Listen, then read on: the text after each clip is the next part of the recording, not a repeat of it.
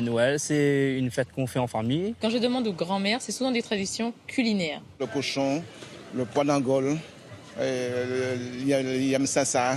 On consommait tout ce qu'on avait local. Le pâté créole, les litchis, les mangues. Les feux d'artifice, les cadeaux. C'est l'amour, c'est le partage. Je suis seule à Noël, donc je fais rien. C'est la naissance de Jésus.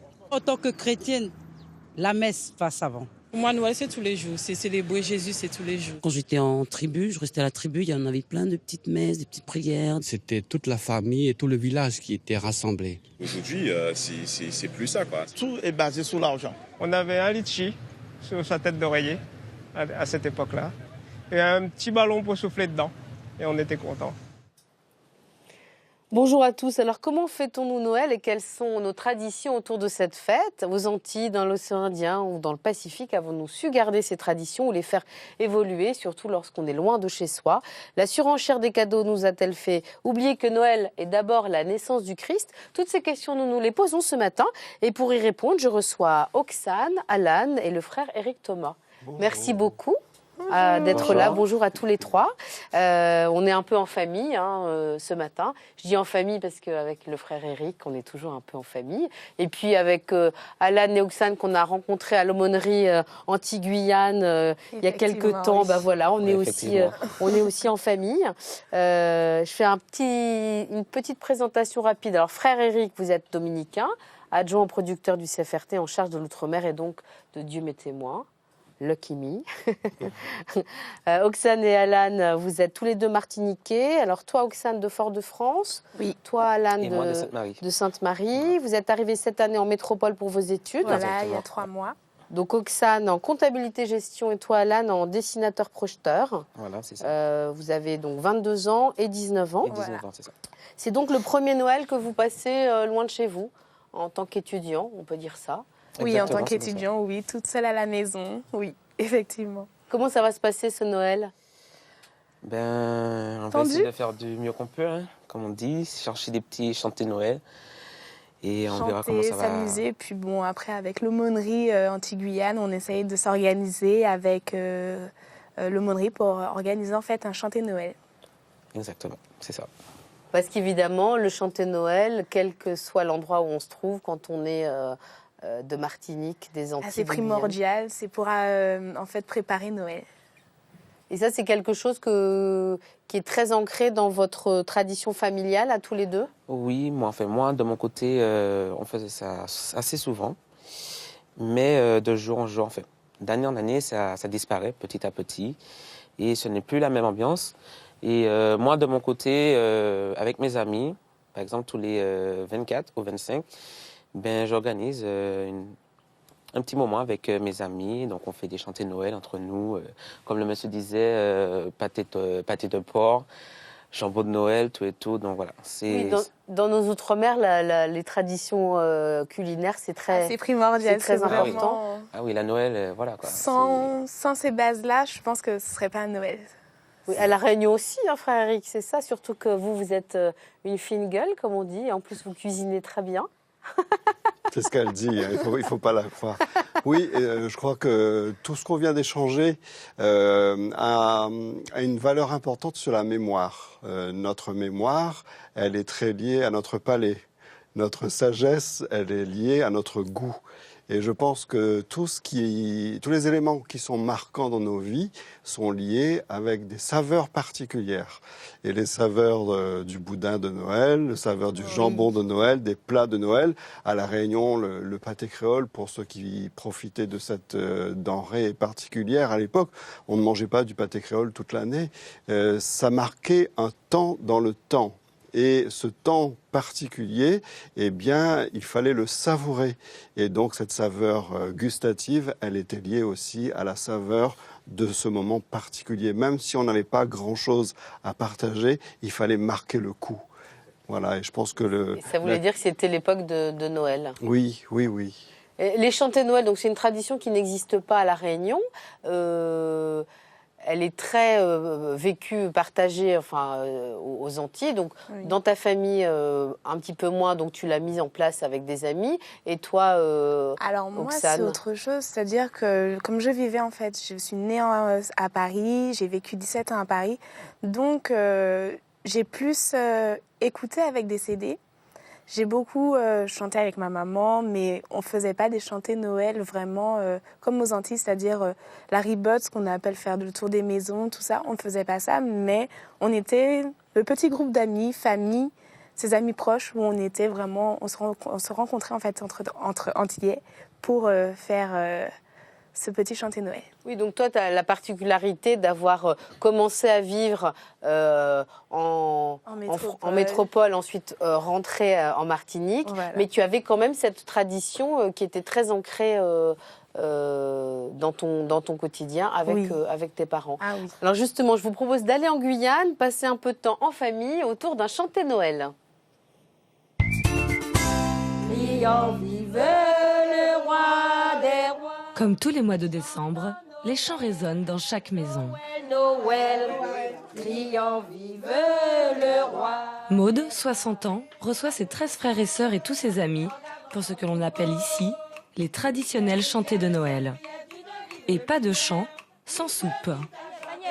Bon, souvent quand les gens arrivent, s'ils ont faim, on peut leur proposer une soupe tout de suite, même si le repas n'est pas encore prêt. Puis c'est comme une entrée, quoi, la soupe. C'est comme une entrée. On commence par manger la soupe avant de manger le plat principal. Choux, carottes, giromons et bœuf, tout cela mijoté en danse et en chanson. Voilà la recette de la famille Riemann.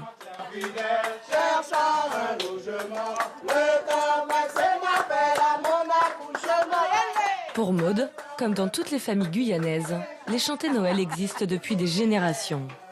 Tout le mois de décembre, tous les soirs, il n'y avait pas encore vraiment la télévision quand j'étais enfant. Et donc on avait fini de la soupe, elle prenait un cantique et puis elle fredonnait avec nous. Alors nous on faisait les petits boires, la fourchette, on essayait de dynamiser un petit peu le chant monotone des parents. Parce que c'était Michaud veillait la nuit. C'était une façon de nous endormir peut-être aussi. Hein. Mais non, pas d'affinage.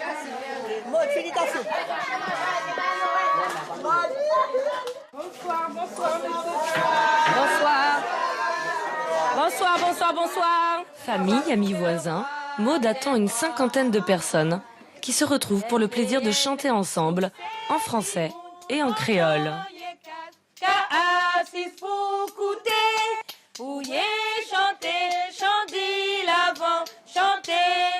Claire, l'une des sœurs de Maude, rappelle que ces cantiques sont là pour annoncer l'arrivée de l'enfant Jésus. Nous attendons Jésus, nous chantons, mais nous prions en même temps. Nous ne faisons pas que chanter. C'est la prière, c'est dire à Jésus, viens Jésus, venez, divin Messie, nous t'attendons. Avec l'éloignement des jeunes générations, il est de plus en plus difficile de se retrouver tous les soirs pour chanter Noël. Maude et Claire se battent pour rassembler tous les membres de leur famille au moins une fois avant Noël.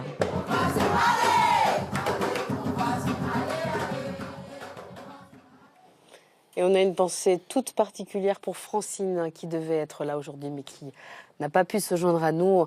On l'embrasse et on lui souhaite un très joyeux Noël. Je vous ai vu beaucoup réagir tous les deux en voyant le reportage. Les chantés Noël en Guyane et en Martinique, c'est les mêmes ? Oui, enfin, quand j'ai connu en Martinique, donc il y a 5 ans, oui, ça se passait comme ça. C'était vraiment la soupe qui nous attendait, le chanté Noël qui avait déjà commencé, le tambour, enfin, le tibois, tout. Mais on pouvait même faire un tibois avec une bouteille de champagne, quoi. C'était vraiment... Oh non. Qu'est-ce qui vous a transmis cette culture, cette tradition ? Moi, je dis tout vient de l'ambiance, en fait. C'est l'ambiance qu'il y a, l'amour entre les gens, quand on prépare un repas tous ensemble. Voilà, pour moi, c'est quelque chose d'exceptionnel, quoi. Voilà. Moi, la transmission, ça a été vraiment, en fait, les grands-parents, les arrière-grands-parents, enfin...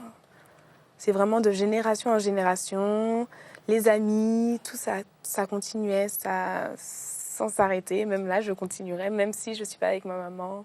je continue. Parce que dans le reportage, on dit que voilà, Maud et sa famille ont plus en plus de mal à regrouper les jeunes générations, comme si toujours les jeunes générations, voilà, vous avez une vingtaine d'années, comme si elles étaient montrées du doigt pour ne pas perpétuer les traditions. Vous êtes d'accord avec ça ? Alors, moi, je suis d'accord, en même temps pas d'accord. Parce qu'en fait, c'est vrai que beaucoup de jeunes, en fait, actuellement, vont dès le début des vacances, ils vont sortir en soirée, ils vont pas spécialement penser au chanter Noël, aller en famille, se rencontrer. Après, si les familles n'ont pas voulu, en fait, perpétuer cette tradition, c'est sûr qu'elle va mourir. Moi, maçonnerie, depuis mi-novembre, c'est un chanter Noël. Moi, c'est habituel. La sonnerie de ton téléphone. De mon téléphone, c'est un chanter Noël. C'est ça mon réveil, j'écoute ça à mon réveil, je m'endors avec ça jusqu'à l'épiphanie. Donc c'est vraiment une question de transmission au sein des familles. Donc les chanter Noël, on l'a bien vu, sert à rapprocher un peu tout le monde. À La Réunion, qu'est-ce qu'il y a comme tradition, frère Éric, pour que tout le monde se retrouve pendant cette période de l'Avent, pour préparer la venue du divin Messie ?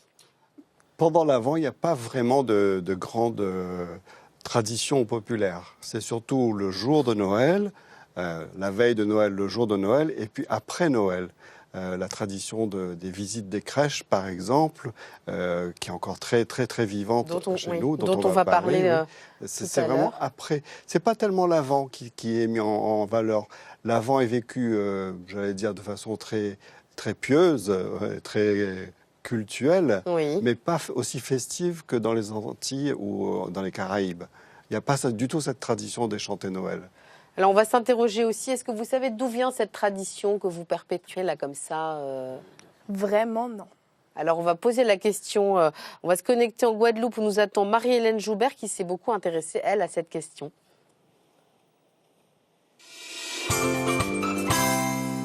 Bonjour Marie-Hélène. Bonjour Marie. Bon, merci beaucoup d'être avec nous. Alors, je suis avec le frère Éric Thomas qui est dominicain réunionnais et deux jeunes martiniquais qui ont 19 et 20 ans et qui nous ont parlé, Oxane et Alan, des chanter Noël. Vous êtes aujourd'hui à la retraite, vous avez travaillé à la sécurité sociale, mais à une époque de votre vie, vous avez décidé de suivre une formation en ethnomusicologie à l'université de Nice. Et vous avez donc pris à cette époque un congé pendant 2 ans et avez soutenu un mémoire, c'était en 2003, qui s'appelait « La tradition de Noël en Guadeloupe entre célébration religieuse et ritualisation sociale ». Alors, il y a toujours des titres très longs pour les mémoires. Donc vous connaissez cette tradition des chanter Noël. D'où vient-elle cette tradition ? Oui, en fait, cette tradition de chant à Noël, je dirais, parce que les chanter Noël, ça c'est un titre qui a été donné il n'y a pas longtemps, c'est dans les années 80, enfin pas longtemps pour moi, dans les années 80, mais quand j'étais jeune, on ne parlait pas de chanter Noël, on parlait de veillée de Noël. Et dans les veillées de Noël, on chantait des cantiques de Noël. Alors, d'où viennent ces chants ? En fait, ces chants sont arrivés avec les jésuites aux Antilles. Parce que, je pense, il faut savoir que pendant un moment, au XVIIe siècle, Louis XIV a souhaité l'unification religieuse des Antilles. Il voulait qu'aux Antilles, il n'y ait que la religion catholique. Donc, on a chassé les Juifs, il y a eu les Huguenots, et les Jésuites sont arrivés pour l'évangélisation des esclaves. Donc, les esclaves étaient baptisés au départ, mais à l'arrivée, c'était les jésuites qui prenaient en charge les esclaves. Et donc, les jésuites étaient extrêmement cultivés, aimaient beaucoup la musique, c'était de très bons musiciens, et ils ont formé les esclaves au chant. Donc, ces chanter Noël sont des cantiques religieux à l'origine. Alors, donc, les cantiques sont arrivés, de Noël sont arrivés avec les jésuites. Mais ça vient des Bibles de Noël de France, qui sont des recueils de littérature de Noël. Il n'y avait pas que des Noëls religieux, il y avait plusieurs types de Noël, romantiques, politiques, etc.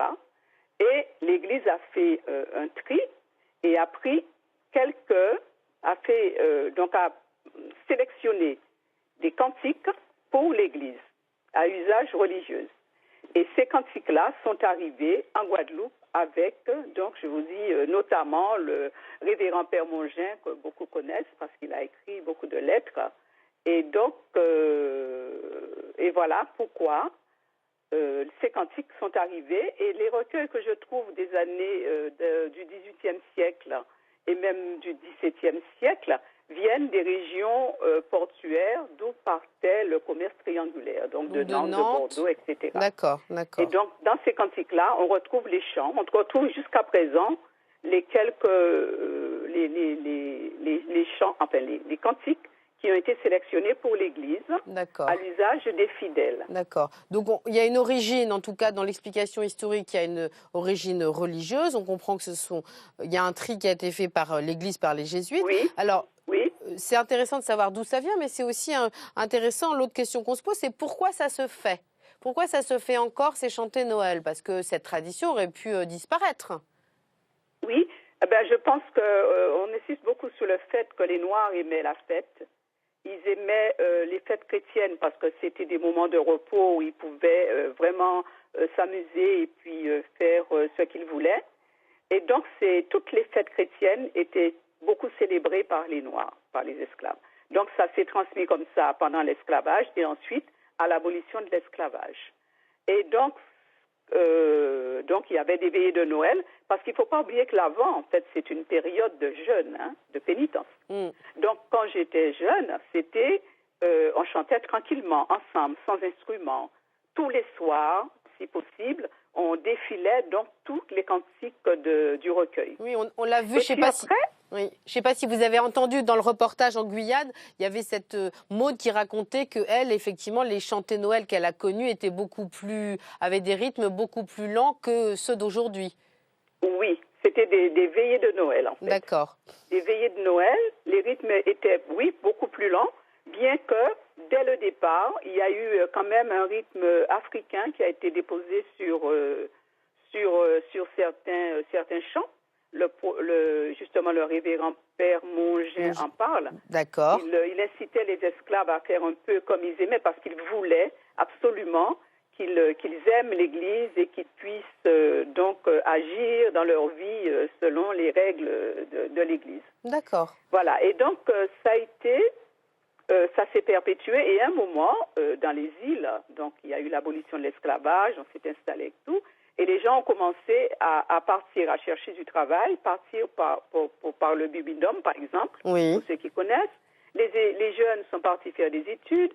Il y a eu des changements sociaux, par exemple, il y a eu l'habitat qui a changé, qui était plus en village, dans la cour comme par le passé. Il y a eu la télévision, etc., qui ont fait, mais c'est surtout le départ des forces vives qui ont fait, à mon avis, la rupture dans la transmission. D'accord. Mais il y a eu quelques foyers, comme toujours, et ça se conserve sous la cendre, il y a eu quelques foyers qui ont conservé cette tradition en Guadeloupe de chanter Noël. Très rapidement. C'est grâce à cela que c'est reparti dans les années 80. Très rapidement, quand vous entendez le témoignage, vous avez entendu les réactions d'Oxane et d'Alan, qui sont deux jeunes qui viennent d'arriver pour leurs études en métropole et qui essayent quand même de préserver cette tradition. Vous pensez que la jeune génération a un rôle à jouer par rapport à ça ? C'est toujours de toute façon, tout le monde a un rôle à jouer, puisque s'il y a transmission, il ne faut pas qu'il y ait de maillon qui saute. Donc, on a besoin de toutes les générations. Il faut qu'il y ait l'ancienne génération pour transmettre. Et la nouvelle pour accepter. Pour récupérer et l'adapter à leur vie. Très bien. Merci beaucoup, Marie-Hélène. On va devoir se quitter. Merci en tout cas pour la richesse de vos explications. Je vous souhaite une très, très belle journée et un très joyeux Noël. Merci. À très bientôt. Oui, au revoir. Au revoir. Au-delà des chants, des traditions, on va quand même parler un petit peu aussi de l'essentiel, de Jésus. Comment on fête Jésus traditionnellement à La Réunion, par exemple ? C'est la messe de minuit, ou la messe de la nuit, plutôt qu'il faudrait dire, qui était le point culminant de Noël, avec l'arrivée de ce qu'on appelle le petit Jésus. Et puis, toutes les églises, toutes les paroisses faisaient un effort particulier pour que cet accueil soit, j'allais dire, grandiose, très festif. D'où un espace de concours de crèches. Dans les paroisses, il fallait que les crèches soient les plus grandes, les plus visibles, les plus décorées, les plus fleuries. Et puis, il fallait que ça attire le regard des enfants. Donc, là, je parle à des plus jeunes, mais ceux de ma génération se souviennent qu'il fallait faire le tour des crèches pour voir s'il y avait l'âne ou le bœuf qui bougeait de la tête. Et souvent, il y avait un tronc près de la crèche où on mettait de l'argent avec un ange qui disait merci quand on mettait une pièce qui était un peu lourde.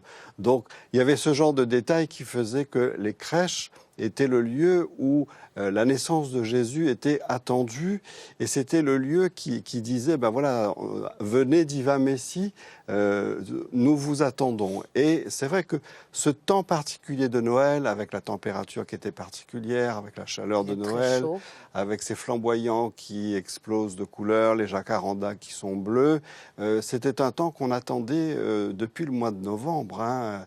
Et le jour de Noël, le moment où la messe de la nuit était sonnée et où l'enfant Jésus était apporté en procession à la crèche, voilà, c'était ce temps qui était arrivé.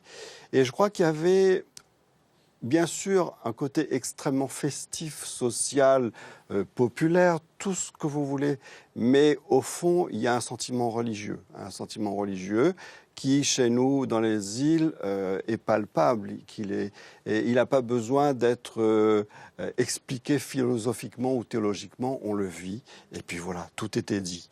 Et le lendemain, le jour même de Noël, après les cadeaux et en vue du repas du jour de Noël, on repartait à la messe le matin, mais on savait que Jésus était là. Et à partir de ce moment-là, on pouvait commencer à faire la tournée des crèches. Alors avant de revenir un peu sur aussi vous, votre façon de fêter l'arrivée de Jésus, on va aller voir à La Réunion justement comment se passe dans les familles cette tournée des crèches. Quelques jours après les fêtes de Noël, la paroisse de Sainte-Suzanne organise comme chaque année le pèlerinage des 9 crèches dans l'est de l'île. Marie-Hélène et sa famille attendaient cette sortie depuis plusieurs semaines. Cette coutume familiale, Marie-Hélène veut la préserver. C'est une tradition pour nous parce que nos parents nous ont appris ça. Et aujourd'hui, j'aimerais apprendre ça à mes enfants. Pour nous, c'est un remerciement pour toutes les grâces qu'on a eues, pour toutes les grâces qu'on va demander encore. Et celles qu'on aura encore. Comme Marie-Hélène, ils sont une centaine de fidèles à faire cette tournée. Et c'est au pas de course, 20 minutes dans chaque église, que le groupe découvre les crèches, et aucune ne se ressemble. Devant chaque crèche, Marie-Hélène et ses enfants effectuent le même geste, et ils embrassent l'enfant Jésus pour lui prouver leur amour. À Noël, tu te présentes au monde. Le père Sébastien Vaste est jésuite et vicaire dominical de l'église de Sainte-Suzanne. Il anime pour la première fois ce pèlerinage. Il profite de la créativité des personnages de crèche pour mener la prière à sa façon. Vous êtes bénie entre toutes les femmes, et Jésus, le fruit de vos entrailles, est béni. Je les invite à méditer à partir de la personne que nous contemplons, que ce soit Marie, que ce soit Joseph, comment ils ont pris soin de Jésus, comment ils sont venus l'adorer, comment, à leur manière, ils nous disent quelque chose du visage de Dieu. À chaque étape du parcours, le Père invite les pèlerins à intérioriser la bonne nouvelle. Le pèlerinage des 9 crèches pour le Père Vaste est très symbolique. La tournée des 9 crèches renvoie, à mon sens, à la tradition populaire de la neuvaine. Et à travers ça, eh bien, c'est les 9 mois de gestation où Marie a porté Jésus dans son ventre. Les 9 crèches sont aussi sélectionnées dans le but de découvrir d'autres églises de la Réunion, comme celle de Cambuston ou encore celle de Saint-André dans l'est de l'île. Marie-Hélène et sa famille ont eu une matinée bien remplie. Je me sens, apaisée, je me sens la tête remplie de prières et de joie, de reconnaissance, pleine de grâce aussi. Et plein de remerciements, comme d'habitude.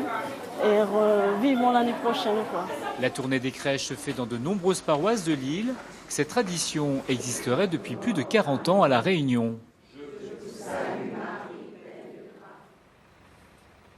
Ça existe en Martinique? Non, on ne fait pas de tournée des crèches. Pas de tournée des crèches. Comment vous vivez dans la tradition l'arrivée de Jésus? Qu'est-ce qui se passe dans les différentes paroisses de l'île? Est-ce qu'il y a des choses particulières? C'est vrai qu'il y a des actions, par exemple, mais pour monter les crèches. Par exemple, des jeunes du catéchisme, on les appelle pour venir poser les statuettes et tout. Mais c'est vrai que faire de passer de crèche en crèche, non. On n'a pas, à ma connaissance, on n'a pas fait ça en Martinique. Est-ce qu'il y a d'autres choses qui existent? Alors, on a parlé des chantés Noël, évidemment, ça c'est très fort dans la culture antillaise, des traditions culinaires qui sont de toute façon qui existent aux Antilles, à La Réunion, enfin partout dans nos outre-mer, ça c'est très important. Est-ce qu'il y a à l'aumônerie, par exemple, cette année, est-ce que vous allez mettre en place des choses précises, des actions particulières? Pour le moment, non. Après, je sais qu'aux Antilles, en Martinique, en fait, on avait la pastorale des jeunes, elle avait fait en fait des temps de louange avant Noël.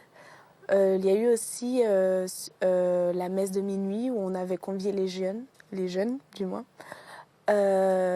Après, c'est beaucoup de choses dans plusieurs petites églises. C'est vraiment pas aussi, je dirais que c'est pas aussi convivial qu'à La Réunion. On est beaucoup plus recentré en famille. On va à la messe de minuit en famille et après on rentre chez nous en fait. Ce qui est le cas aussi, cette famille est allée à la messe et a fait la tournée des crèches, comme l'expliquait le frère Eric, ensuite après en famille, donc pour découvrir d'autres paroisses. Est-ce qu'il y a des traditions chez vos grands-parents qui n'existent dont vous avez le souvenir en étant enfant, qui n'existent plus aujourd'hui? Je sais que les crèches ne se font plus les parents ne font plus aussi souvent les petites crèches dans les maisons. C'est-à-dire vraiment créer la petite crèche, mettre Jésus au fur et à mesure, les rois mages, tout ça, ça se fait plus aussi souvent, c'est plus un rituel. Chez moi, non, pas vraiment. Toi, par exemple, dans ton appartement d'étudiante, est-ce que tu vas mettre ta crèche pour préparer un peu ce temps?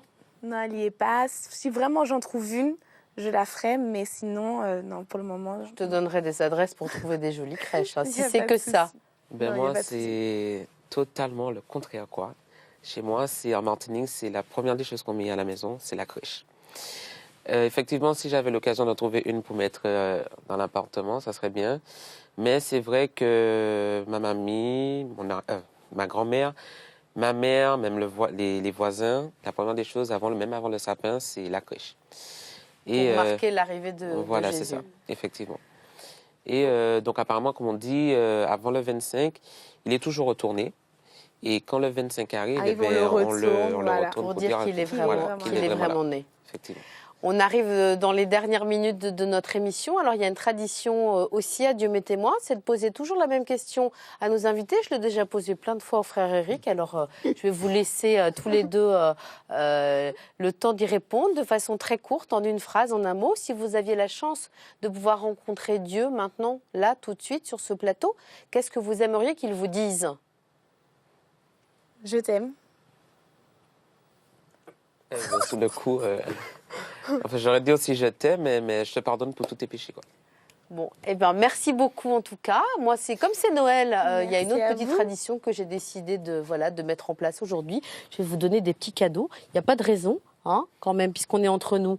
Alors, je vais les sortir de ma besace. Alors, des petits cadeaux, une écharpe Dieu m'est témoin, quand même, que vous portez un peu les couleurs de notre émission pour témoigner autour de vous, à l'aumônerie ou ailleurs. Voilà, Oksane et Alan.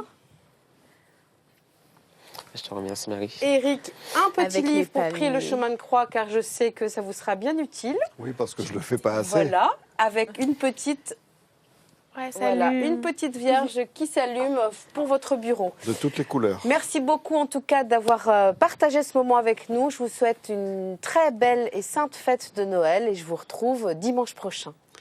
Merci. Merci.